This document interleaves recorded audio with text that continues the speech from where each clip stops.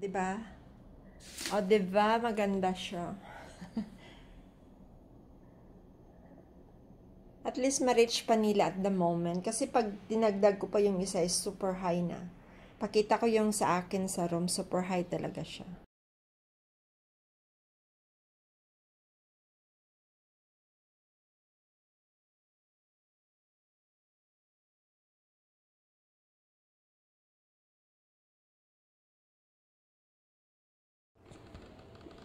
Ito na yung order ko guys from Lazada. Tingnan natin kung ano yan. Hello! Good day everyone! Today mag-unpack ako ng Christmas gift ko sa mga alaga ko. Bumili ako ng dalawa sa Shopee. Actually, yung sa akin nilagay ko na siya kahapon. Sa cost niya na $18, Singapore dollars, is worth it. Kasi talagang wood na wood talaga siya. At first, sisitan ako kasi akala ko yung hindi ba siya maganda. Kasi $18 lang na eh. Diba? Pero it's worth it talaga. So, Shopee. Shopee. Ito yung ano niya. Actually is coat hanger siya. Pero syempre, pwede na rin gawin yung lagyan ng bag, diba? Kasi yung mga bags ko, nilalagay ko siya sa cabinet. Nag-ano siya, nagka-crack yung mga leather ko. Kaya, it's better na i-air out, diba? So, kaya bumili ako ng stand para lagyan, para ano, ihang ko sila para hindi mag-crack. Even nag-on naman ako ng aircon, pero hindi naman siyempre 24/7 on. Paggabi, pero super humid kasi dito sa Singapore, kaya yung mga leather ko nag-cracks. Kaya ngayon, i-install ko yung sa mga alaga ko, surprise ko sa kanila kasi wala sila ngayon nasa Bintan. Bintan. Nasa Phuket sila, nasa Thailand. So, install ko to para pagdating nila by Thursday, makikita nila yung aking Christmas gift. Kasi, darating sila sa Thursday morning, noon time. Ano ba yung pinagsasabi ko? Darating sila sa Thursday noon time, pagka 7 p.m., aalis sila papuntang Japan. Kaya, i-install ko na para pagdating nila, makita nila. Huwag nyo lang intindihin yung bilbil kasi lumulumpo. Tumatanda na kasi yung lola. So, meron siyang guys, meron siyang ito yung kanyang stand. Ito yung kanyang base, yung plate niya.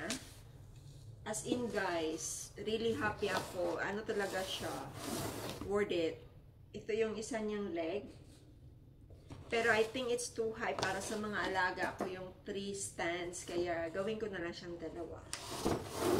Ito yung kanyang mga hook sa gilid. Tingnan nyo guys, wood talaga, hindi siya plastic. At saka, ito yung kanyang screw sa secure niya sa baba. At saka yung, niya, yung felt niya para hindi siya ma-scratch yung floor. Diba? At saka, syempre, hindi mawawala yung instructions. So, ito guys, yung gagawin natin. Buksan natin to. Ingay ko.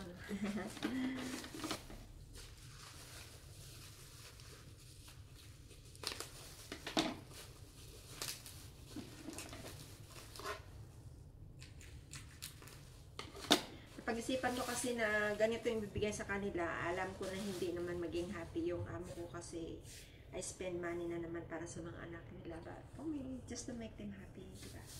Yung mga alaga ko. Huwag niyong pakialaman. Huwag niyong intindihin yung mga magulang. Guys, wood talaga siya, guys. Sa, niya, sa price niya na $18, it's worth it. Hindi yung mga crafty lang na mga sayang-sayang na mga gamit, diba? So, ito wood talaga siya, Wood talaga siya. O, yan.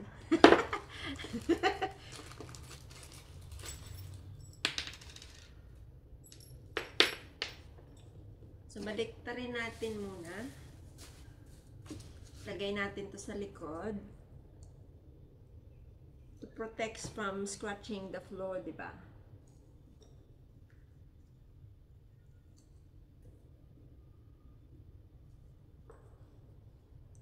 So, may 4 siya na piraso na ganito. Kaya I was thinking na bibili ako ulit ng another 2, ipadala ko sa Pilipinas. Diba? So, and then tapos ilagay lang natin ito. Pero syempre lagyan natin ng kanyang special thing para hindi, para okay siya pag ilagay natin. So, ito lang yung gagawin natin. Isuscrew lang natin ito.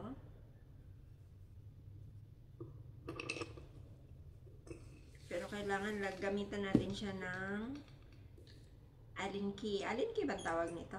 Bahala na kayo sa mundo niyo.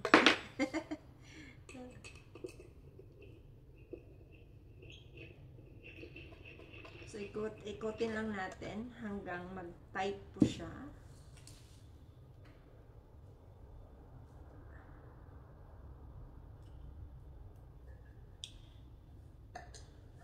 Okay. And then, next is ito. Pero gamitin ko is dalawa lang. Kasi yung sa akin is super high na. Kaya hindi maabot ng mga alaga ko. So, isi-save ko na lang tong isa.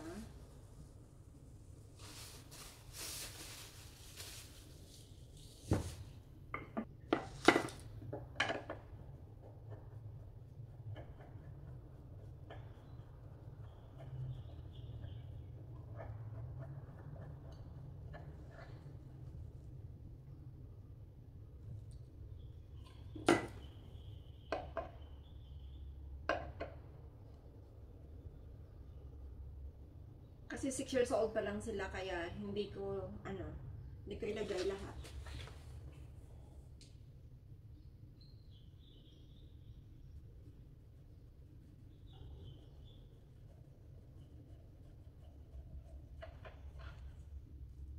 Ayan na siya. And then, ito yung sunod, ito yung kanyang mga hook. Ang bilis lang, Pero talaga guys, as in, worth it talaga for $18. $18 something. But then, diba, worth it talaga. Kasi wood, as in wood talaga siya. Hindi siya plastic. At saka proper well made talaga siya.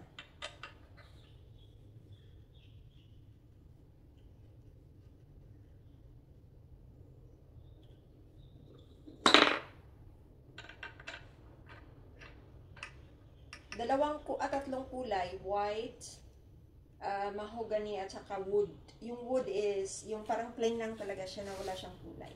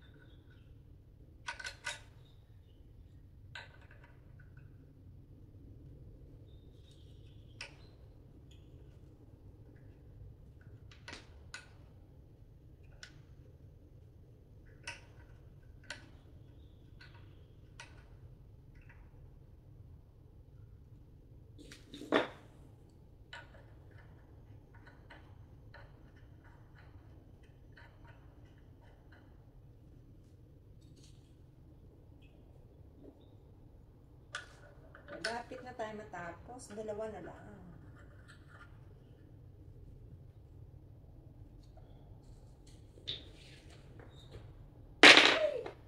I'm sorry.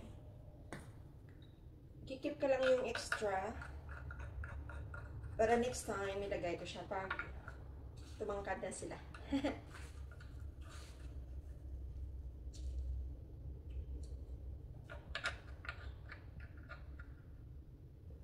Kasi pag ilagay ko yung sobrang taas, pag inabot nila sa taas, baka matumba ba.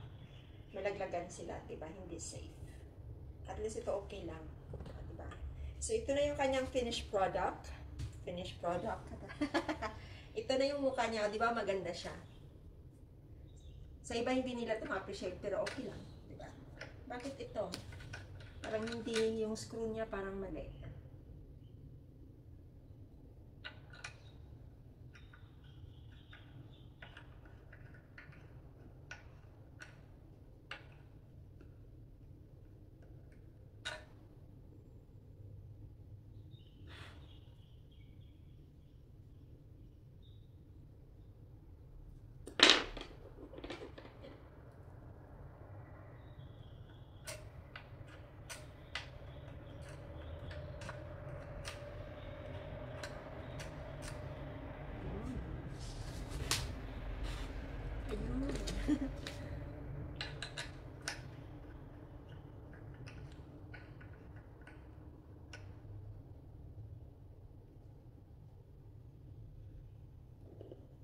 Ayun, ready. So, lagay natin lang siya dito sa corner.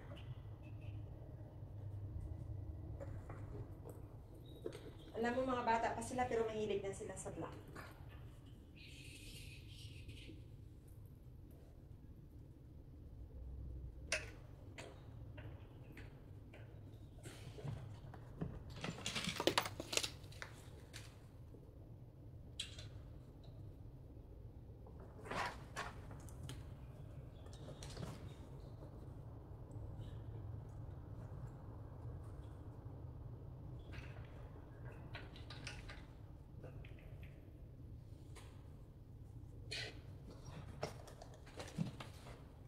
Six years old pa lang yung mga to, ah.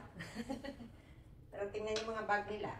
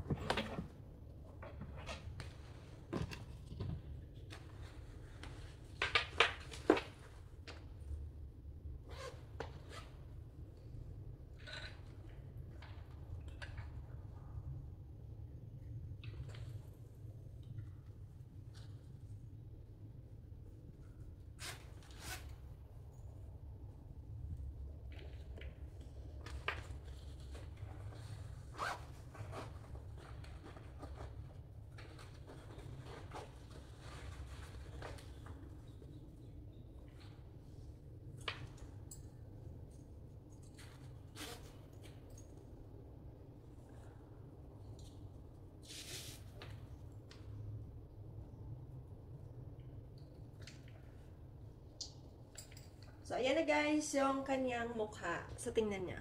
Okay, dito sa room, oh. Super taas, oh, diba? Kaya hindi nila siguro maabot pa ganyan nakataas. Meron ako doon sa gilid. Ano kasi siya, malaki, kaya hindi ko siya pwede maisabit. Yung mga maliliit lang. Nagka-crack na kasi yung leather, especially nito, nire-repair ko siya. Kasi tingnan nyo guys, nagka-crack po siya. Guess to, pero nagka-crack po siya. Ayan, nilagay ko dyan. Ito yung mga shoulder bags ko. Kunti lang na lang yung natira ko sa big bag ko kasi pinadala ko na mostly sa Pilipinas. Kaya na lang natatira.